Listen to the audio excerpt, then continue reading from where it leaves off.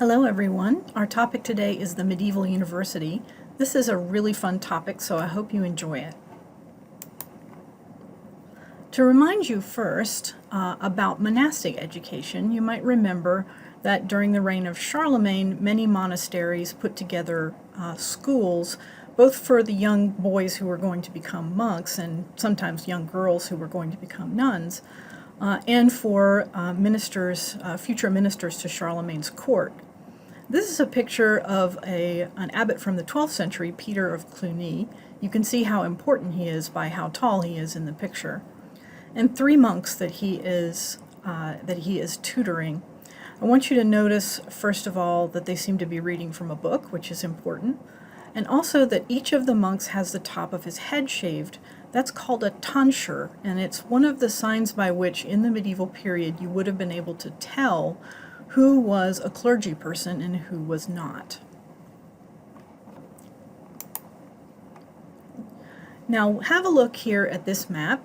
This is a map of the founding dates of medieval universities, and the oldest ones are really from the 12th century, though Bologna is super old.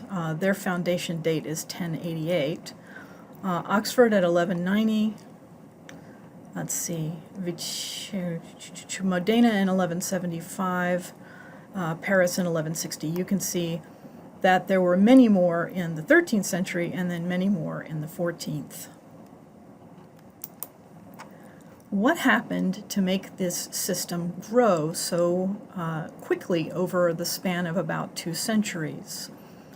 Well, the starting point may be that in 1179, the papacy decreed that all cathedral schools, that is, churches that were training young boys to become clergy, also had to take in lay children and teach them to read and write.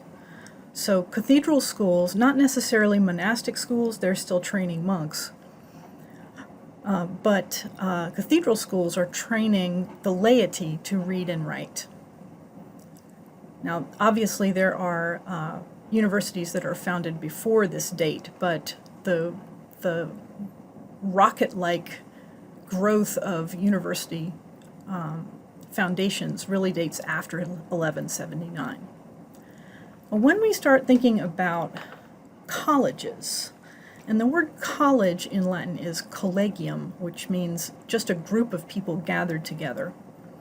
There was a foundation of such a collegium in Paris in 1180 by a man named John of London. And what was different about this school was that it was supported by an endowment.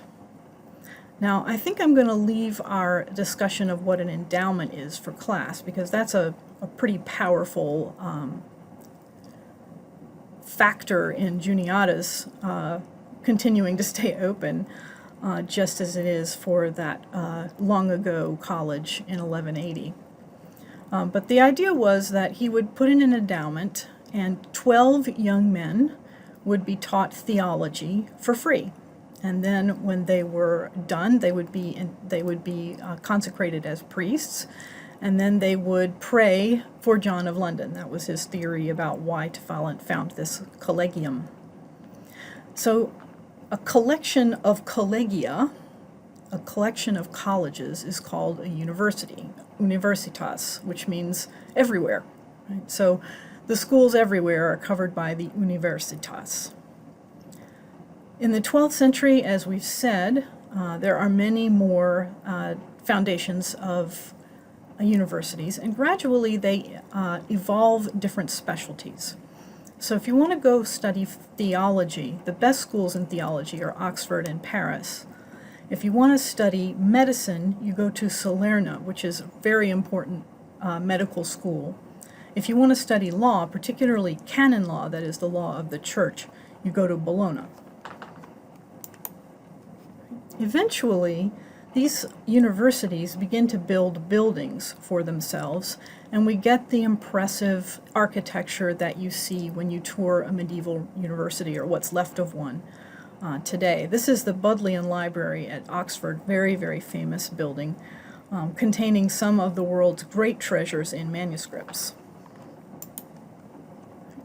So how did it work to go to the early university? The organization was a great deal looser than what we're used to today. Each teacher had to be approved by the university regents, and that's fairly equivalent to what we call our trustees now for colleges like Juniata. So you would have to be approved by the regents, and then you would be given a license to teach. Then if I were a teacher at a medieval university, well, first of all, I'd be male because there are no women allowed. I would recruit and receive pay from my students and call them together in a teaching space that I had rented, and they would pay me directly for what I was teaching them. So there were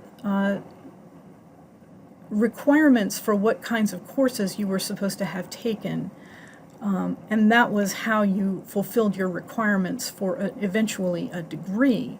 But you basically hired a professor for each course that you had to take. Students also had to provide their own living quarters and all the things that they needed in order to stay alive.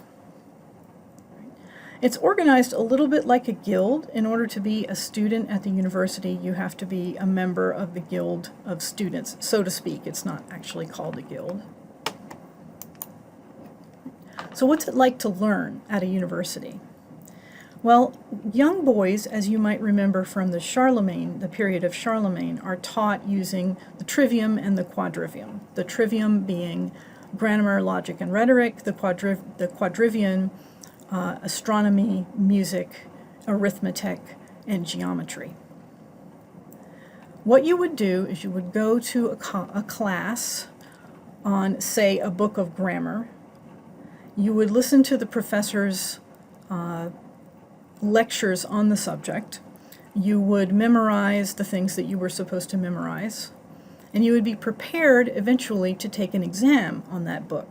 So if you did that for 2 books on grammar and 5 books on logic, you could go for the test to become what they called a Bachelor of Arts, taking you altogether 4 to 6 years. So not really equivalent to what you do now, but there's some echoes of what we do now in this. 5 or 6 years on the quadrivium gets you the ability to become a Master of Arts. And then you can specialize. You can become a Doctor of Theology. You can become a JD, which is Juris Doctor, a law degree. You all know MD and PhD. PhD means Doctor of Philosophy. That's what most of your Juniata professors have. The students at the medieval university were younger than you. They finished grammar schools at 12 to 15 years old, and at that point, their families would expect them to go and be trained for whatever they had been designed to be trained for. Some of them live a very long way away from home, and as you can imagine, it might take days or weeks for them to get home if they wanted to go. They have to rely on letters, and the postal service in the Middle Ages is extremely limited, even non-existent, so they have to live far from home and without a great deal of supervision. You would have been able to spot them in a medieval street because they had clerical status, because universities are still essentially church institutions.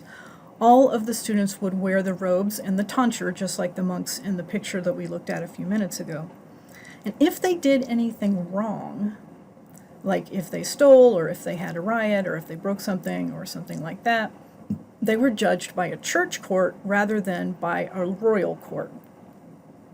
This is going to turn out to be important later on, so let me explain that for just a moment.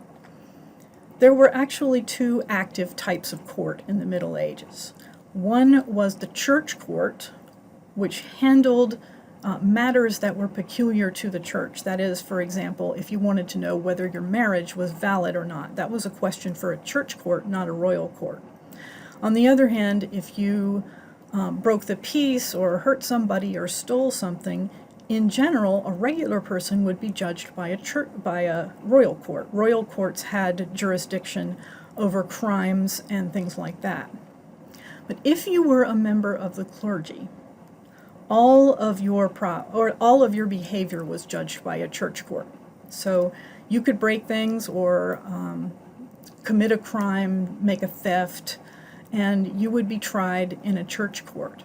That caused some resentment in the regular population because church courts generally gave softer sentences than royal courts. For example, royal courts would sometimes brand or chop off the hand of a person who was convicted of theft. That never happened in church courts. And you can imagine what it must have been like also to have lots and lots of teenagers more or less on the loose in part of your city.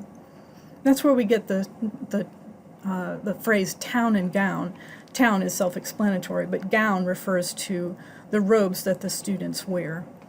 The people of the town sometimes very much resented the people who wore the gown. Here's a picture of Paris in about 1200. These are the city walls you can see. At that time, the city walls, the Louvre was right outside the city walls. The Cathedral of Notre Dame was more or less in the middle. And then on the lower bank is the university. You can see that. They referred to this as the Quartier Latin, the Latin quarter where Latin was spoken. Students were often required to speak Latin, in part because students came from lots of different places and not all of them spoke French, but all of them were supposed to speak Latin. Okay, we'll talk more about the university in class. I have some pictures to show you. We're also going to read the opinion of students by a moralist whose name was Jacques de Vitry. He lived from 1180 to 1240, so we'll talk about him in class.